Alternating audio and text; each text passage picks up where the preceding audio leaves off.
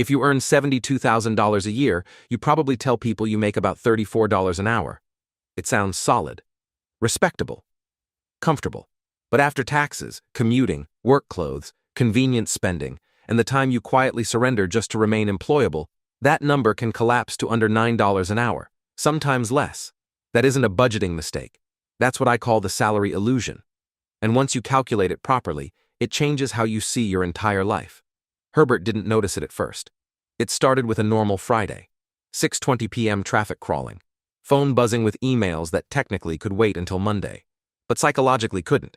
He'd worked 44 hours that week on paper. But his body felt like he'd given 60. He ordered takeout. He opened a drink.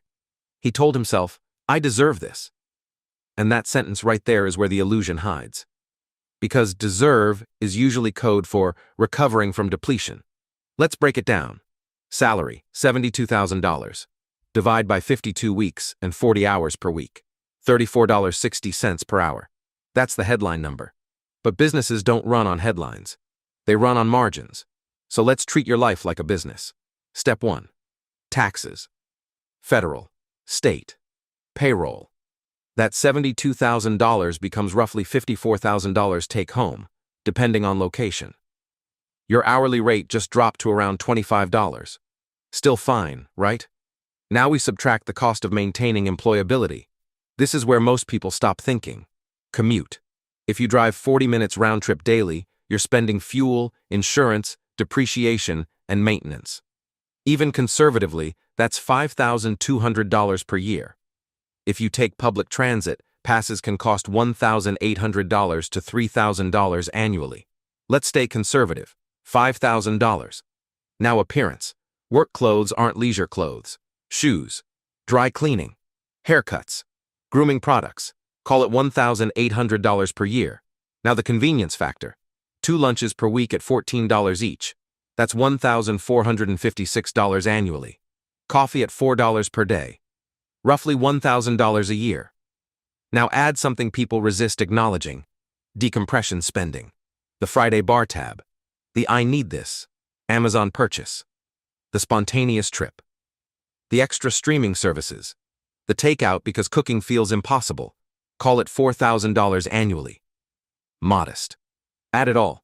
$5,000 commute, $1,800 wardrobe, $1,456 lunches, $1,000 coffee, $4,000 decompression. That's over $13,000 spent purely because the job exists. Subtract that from $54,000. You're left with about $41,000. But the illusion still isn't fully exposed, because wage is money divided by time. And HR's 40-hour work week is fiction. Herbert tracked his actual time investment. 30 minutes getting ready. 40 minutes commuting. 8 hours at the office. An unpaid lunch hour where he couldn't truly leave. 20 minutes of evening email checking. Sunday night mental preparation. Weekly commitment, roughly 58 hours. Multiply by 52 weeks. That's just over 3,000 hours per year devoted to employment. Now divide the adjusted $41,000 by 3,000 hours. Your $34.60 evaporates. You're at about $13.60. And in higher tax states or longer commutes, it drops further, sometimes below $10. Now here's the psychological turn. You don't buy the nicer car because you need it. You buy it because your salary implies you should have it. Identity leakage. You're not purchasing lifestyle upgrades. You're defending the story your paycheck tells about you. The promotion trap magnifies this. Herbert accepted a $15,000 raise. It came with longer hours. Now he ordered dinner 4 nights a week. $5,000 increase in food spending. Upgraded wardrobe, $3,000. Second car due to scheduling conflicts, $7,000 annual ownership cost. Stress-driven vacation, $4,500. The raise looked impressive. The margin shrank. His real hourly wage dropped. This is anchored in a real finance concept. Net margin analysis. Revenue minus true operating costs equals profit. Most professionals focus on revenue. They ignore operating cost. Your body, time, and stress are operational expenses. Then there's the long-term damage. Opportunity cost. That $5 coffee, invested at 7% annually for 30 years, equals roughly $190,000. But again, this isn't about coffee.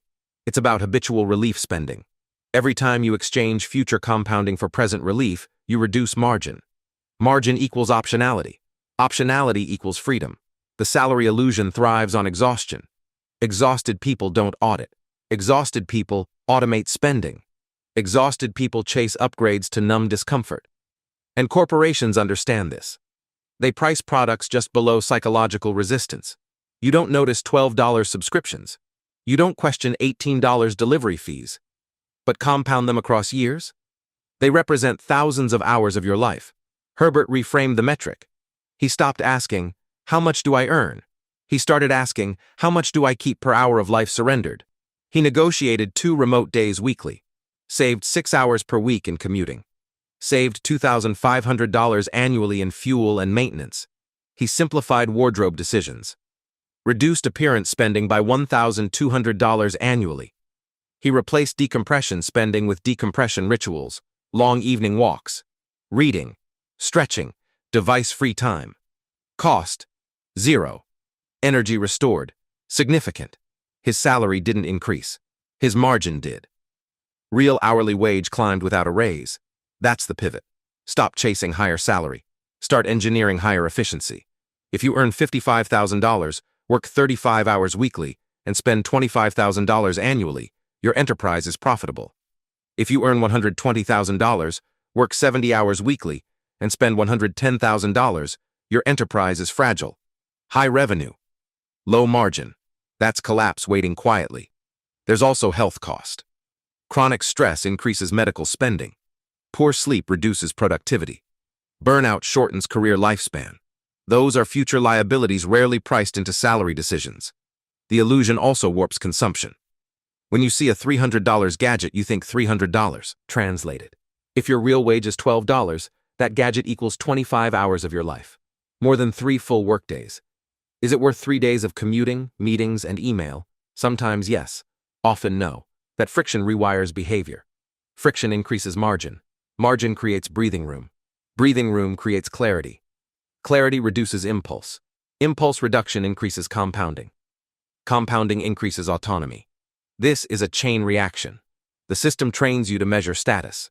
Cars, titles, neighborhoods. But status does not equal stability. Liquidity equals stability. Margin equals stability. Time flexibility equals stability. The wealthy often optimize margin quietly. They negotiate time. They reduce unnecessary complexity. They understand leverage. The overworked often optimize optics. They upgrade symbols. They protect ego. They defend narratives. Identity again. You're not overspending because you lack discipline. You're overspending to maintain coherence between how you see yourself and how your salary presents you. Once Herbert calculated his real wage, everything changed. He stopped saying yes automatically. He evaluated job tasks differently. He asked, does this responsibility increase margin or just inflate revenue? He shifted focus from income growth to time recovery. Time is the ultimate appreciating asset. Money compounds. Time doesn't. Every hour surrendered is unrecoverable capital. So here's the exercise. This weekend. Not Friday night when you're depleted. Sunday morning when you're clear. Calculate. Gross salary. After-tax income. Work-related expenses. True weekly hours committed. Divide. Write the real number down. Put it on your phone lock screen. Next time you want something, translate price into life hours. That translation alone can increase savings more effectively than any budgeting app. Because awareness creates friction, and friction protects margin. The salary illusion depends on unconscious participation. When you consciously price your life, the illusion weakens. You stop measuring success by income alone. You start measuring success by retained autonomy. Because in the end, wealth isn't income, it's control. Control over time. Control over energy. Control over choice. If you earn less but control more, you are richer than someone earning double with no flexibility. The illusion collapses when you change the metric. Not salary, not title, not revenue, real hourly autonomy. Protect it. Optimize it. Compound it. Because the people who win long-term aren't those who earn the most. They're the ones who preserve the highest margin. End margin is where freedom lives. What are your thoughts on the salary illusion? and the idea that most of us are unknowingly selling our time at a massive discount. Have you ever actually calculated your real hourly wage after taxes, commuting, stress, and decompression spending? And if you have, did the number surprise you? Let me know in the comments. I genuinely want to hear what you found. Because once you run the numbers, you can't unsee them. If this video helped you rethink how you measure income, hit the like button and subscribe to the channel. That support really does help more than you realize. Until next time, this has been Herbert Invest, where we cut through the noise so you don't have to. Thanks for watching.